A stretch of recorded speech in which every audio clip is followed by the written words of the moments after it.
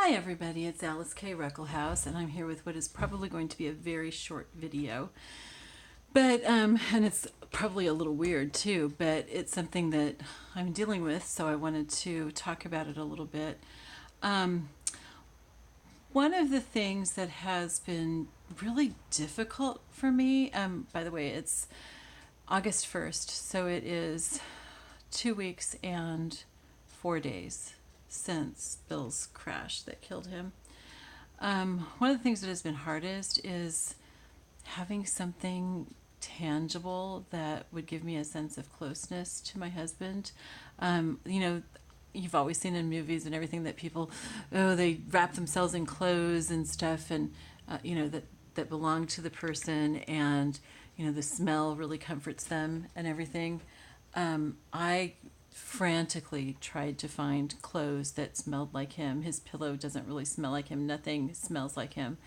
Someone mentioned to me to put it into a Ziploc bag, and I haven't tried that. I keep forgetting about it until right now, so I need to try that. Um, Finally, about a week after he died, I was able to get his wallet back. The highway patrol had it, and I guess they didn't call me about it because they probably, people process things differently, and they don't want to put you in. They don't want to give you things that are going to upset you, so they just hold on to it until you call. I'm guessing that that's why they do that, because they've been incredibly sensitive and helpful. And oh my word, the highway patrol here in Tennessee has just been amazing. The troopers.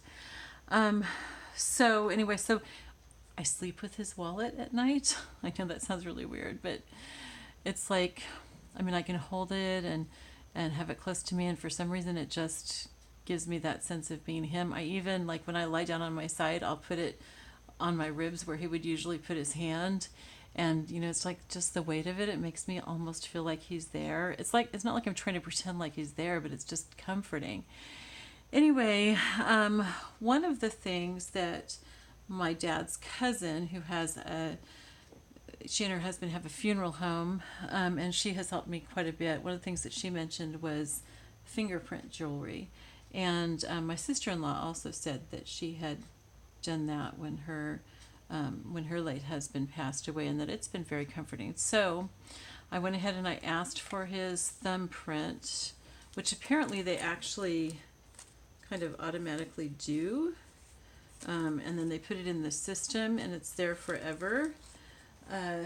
So I could order jewelry through their system. The only thing is that I looked on their website, and I really wasn't that thrilled with any of the jewelry, and it's like incredibly, incredibly expensive.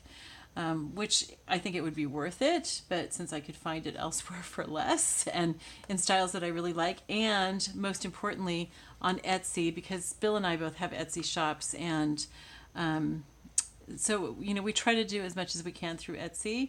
But if you look here, here's some of the stores that have different kinds of jewelry with the fingerprint on it. I'm hoping that you can see this. There's just all kinds of stuff, and I'm really not sure. Here's a heart that's made up of the fingerprints. I'm really not sure what I'm going to choose, but I think I'm definitely going to go through Etsy, simply because, and here's one that's blue, and here's on a ring, which I kind of thought about having it onto his wedding ring. I'm not sure. Anyway, there's just a lot of different things. There's one that's black that I really like. I definitely want to get something that it's not just printed on there, it's engraved, so it's raised, because I really want to be able to kind of like, rub my thumb against it and feel like maybe there's something of him there. Anyway, this is really precious, because this is actually his thumbprint that they took, before they cremated him.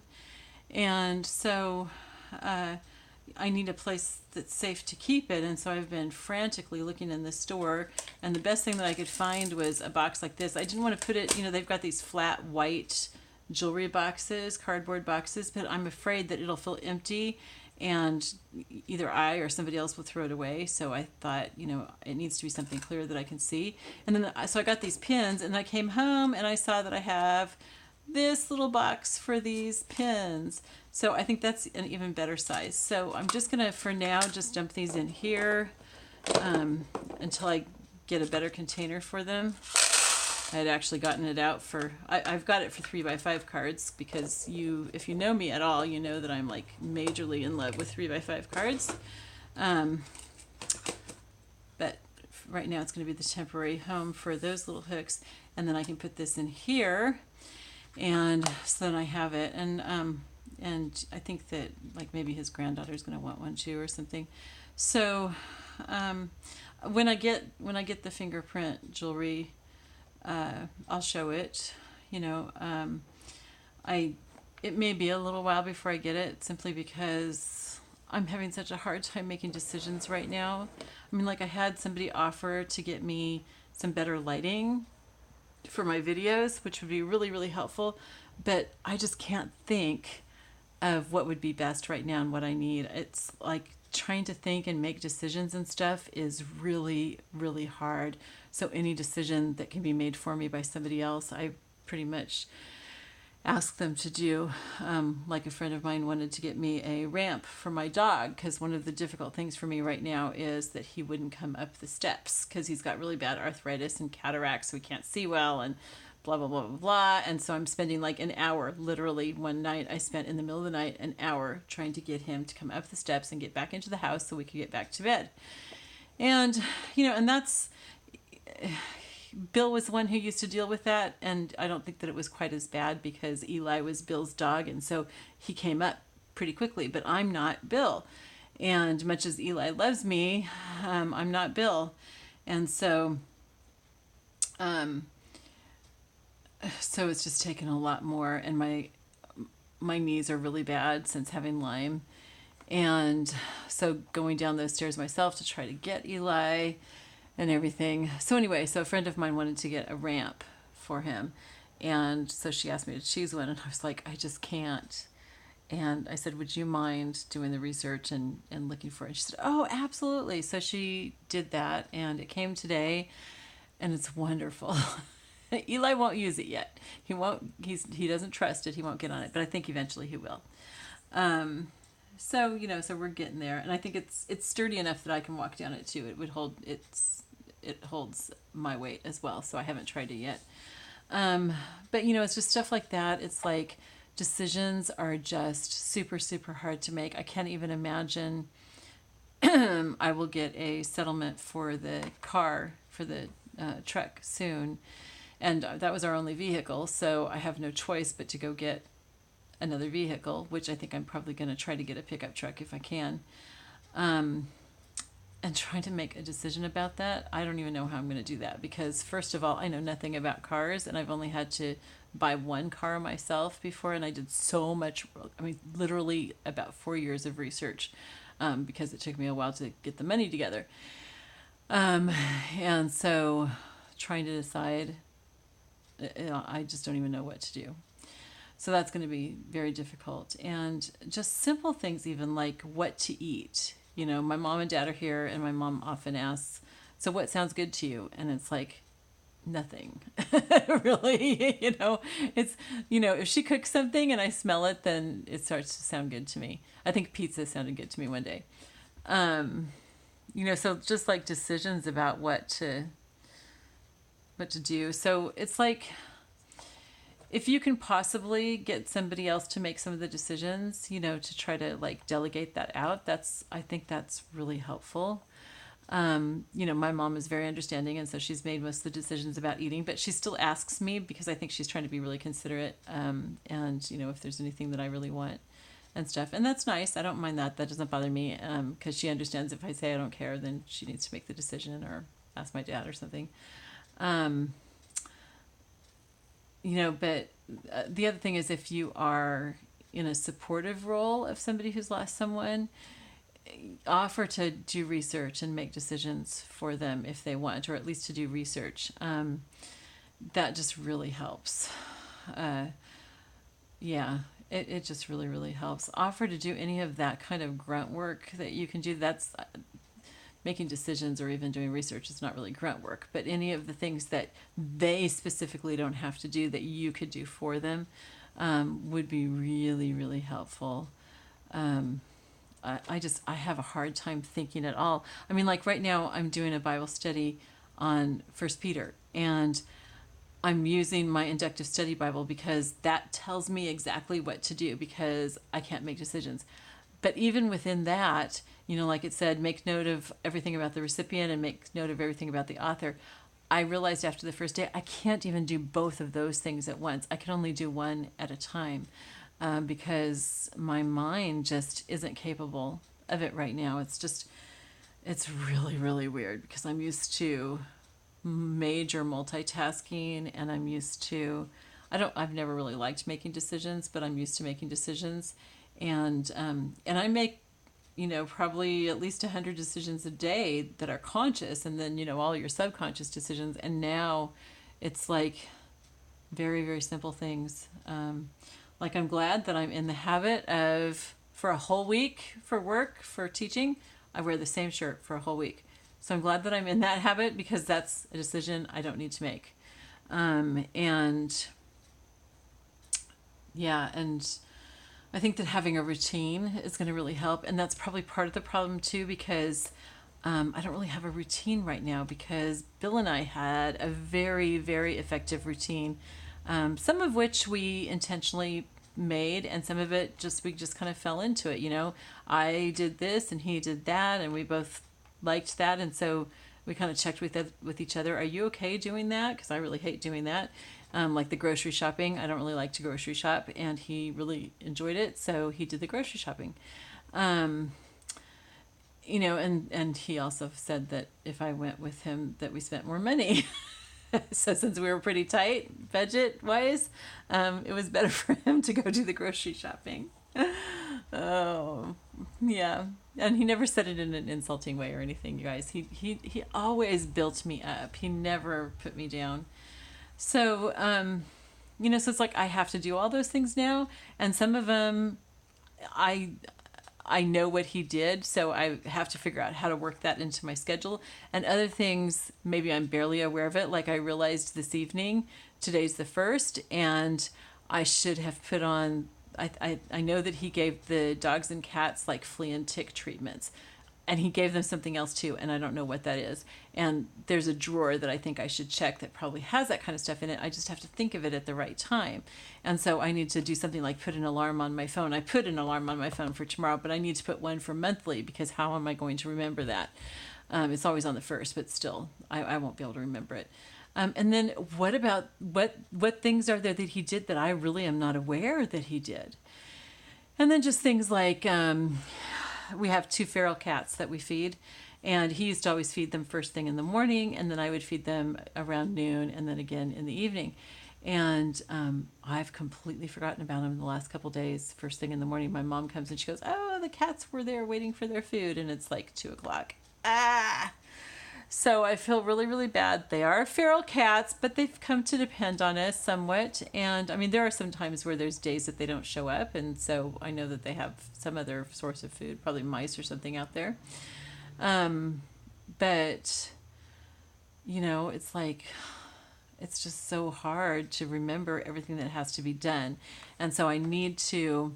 One of the things I want to do next week is to sit down and list everything so that I can put it into some kind of a routine. Because if I have a routine, then I don't have to think about that and make decisions about stuff. Right now, I don't have a routine, except in the morning, getting ready for work and starting work at 5:00 in the morning. That's my routine. I have a routine for that. But I've had to accommodate the animals in that too. I can't just get up, go get dressed, get my kombucha, and go to work. I have to take care of animals and stuff first. So, so it's this learning thing. I'm not complaining or anything. I'm just saying it takes a while to figure it out. And the sooner I can have a routine where I won't have to be thinking all the time about all these things, I think that will help a lot and get to where I can have my decision functionality back. But even if I had that in place, I think that right now it would be hard for me to make decisions because I'm so busy missing Bill and hurting in that way that my mind's not working real well. And so, yeah, I think it would still be really hard to make decisions, but all these things will help. And having a routine will help in the long run, uh, as well as the short run. Yeah. So anyway, that's it. That's it for today. I wanted to kind of talk about the fingerprint thing. And yeah. Anyway, I've been really sad the last couple days. It's been hard. It's been really hard. Um, I still have my eyes on the Lord. I still totally trust Him. I'm not upset at God or anything. I did get mad at Bill for a little while. But then I realized, he didn't want to die. I know that he didn't. We had talked about that, a few times. Um, and and he had no desire to die at all. And so I know, that the few things that he kind of left loose ends, it wasn't intentional. It wasn't because he didn't love me, which is kind of how I felt at first. It's just he wasn't planning to die. If he had known that he was going to die, he would have gotten all those things in order. But when you don't know that you're going to die, then you think that you can always do it later. So, moral of the story, you guys can figure that one out. Anyway, so I'm just back to missing him and loving him, and it was easier when I was mad at him because then I wasn't hurting quite as much. I was still hurting a lot, but not quite as much. Now I just really miss him. I miss talking to him. I've had plenty of people to talk to. I'm tired of talking on the phone. I just want Bill back, but I know that's not going to happen.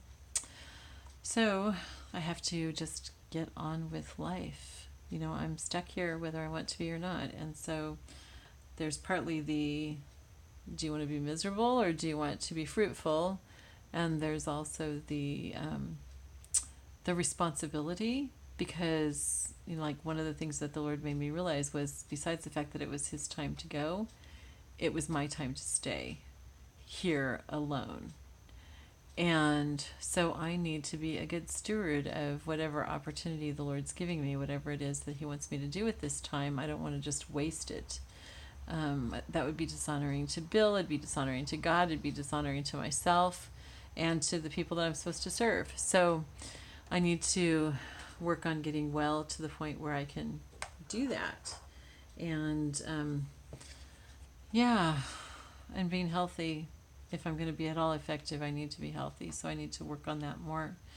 Because right now it's hard to be motivated to do anything. Or I shouldn't say you, but I just, I feel really lethargic. If I didn't have animals to take care of, I'd go to bed after work and just stay in bed all day with the covers pulled over my head, seriously, because I just don't want to face the world, and I don't want to have to do anything. And so I guess my animals have been good, because it's probably not a good idea to just go to bed all day. But it's just really hard to be motivated to do anything, and so I have to keep telling myself that I will be grateful to myself in a few months or years or whatever, if I try to be responsible now. So I'm doing my best. I have not paid any bills yet, and I've got them pretty much all sorted, so I need to start figuring that out. I know that there are a couple bills that I have to pay so I don't get electricity turned off or internet turned off, so I need to take care of those. But other than that, I need to sit down and figure stuff out. I have to make a lot of phone calls and everything. So that's the other thing, is it's just like there's just so much overwhelming stuff. I do want to say working with State Farm has been amazing, and I'm not getting any kind of kickback or anything for saying that. They have just been really, really good. I've been very pleased, not just with the insurance aspect, but with how sensitive they are, and just how they've treated me through this whole thing. It's been really good. I just have to say that because I'm really surprised. I thought that an insurance company would, first of all, be uncaring, and secondly, just protecting their own interests so much, but they haven't done that. They have, let me keep the truck in storage as long as I needed to, even though it was costing them money. as long as I needed to, so that I could get up there and get stuff from it, and other things. They've just been really good. So I just wanted to say that doesn't mean other companies aren't good, but my experience is with State Farm, and I've been very, very pleased. So anyway, that's all I can think of. That wasn't meant to be an advertisement, but just saying. Yeah, I think that's it. So I love you all, and pray for me. I know you're not going to see this for a couple weeks, but I'm sure I'm still going to need prayer then. I'm really, really struggling right now. It's kind of up and down. I do better when my parents are here. I'm able to put on a little bit more of a happy face, and I put on a happy face for my kids, but for my students. But I'm pretty depressed. Not to the point where I need medication, but it's been difficult. So anyway, I love you all, and I will talk to you later. Bye-bye.